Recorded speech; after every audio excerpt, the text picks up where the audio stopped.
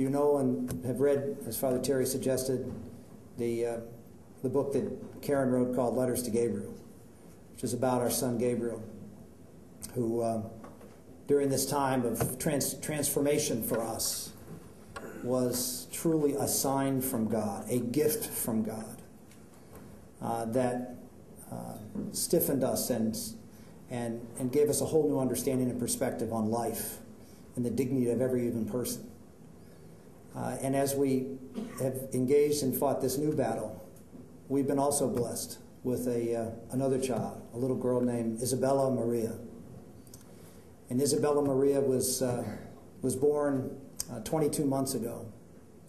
And she was born, let's just say, in the eyes of the world, is less than perfect. She was born with a disorder, a chromosomal disorder called trisomy 18. Some of you may be familiar with trisomy 21, which is Down syndrome. It's a genetic disorder where you have an extra 21st chromosome. As many in the Down syndrome community call it, they refer to that extra chromosome, as we do in our family, as the love chromosome. That extra chromosome that transforms these children that the world looks at as disabled to true, virtuous little angels who visit themselves on this earth to bring us closer to God. But we were so blessed with Isabella Maria 22 months ago, and we were told that she had trisomy 18, which is an extra 18th chromosome. And we were told, after she was diagnosed 3 days after her birth, that the condition she had was, quote, incompatible with life. And we were told that we should simply let her go.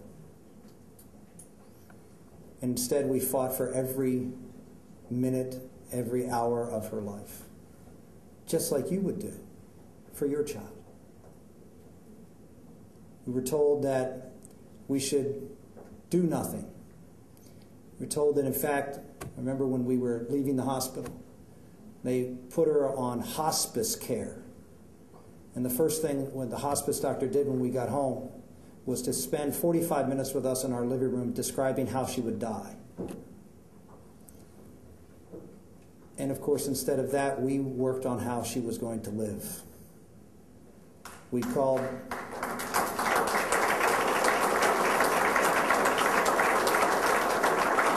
I'll never forget Karen when we were checking out of the hospital and we were getting the discharge orders.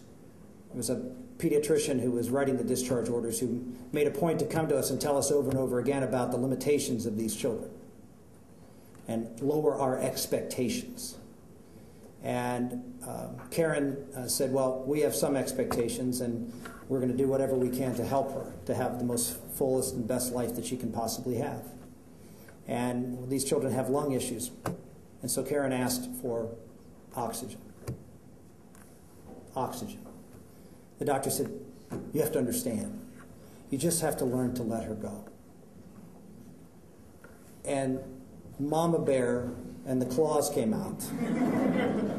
And she, within 30 seconds, had a script for oxygen to bring home. But this is what it's like, day in, day out.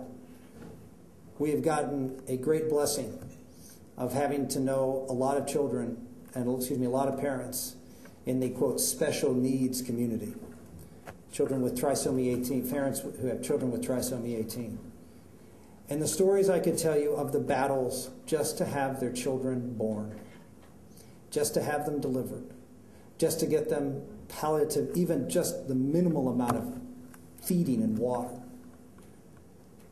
Because this world looks at them as less, looks at them as disabled.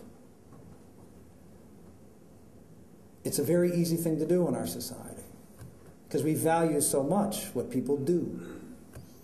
It's what we, in many cases, identify ourselves as, is who we are by what we do. And we look at someone who can't do anything except the most important thing, be a human being who's loved by God, who is made in His image. That's the most important thing.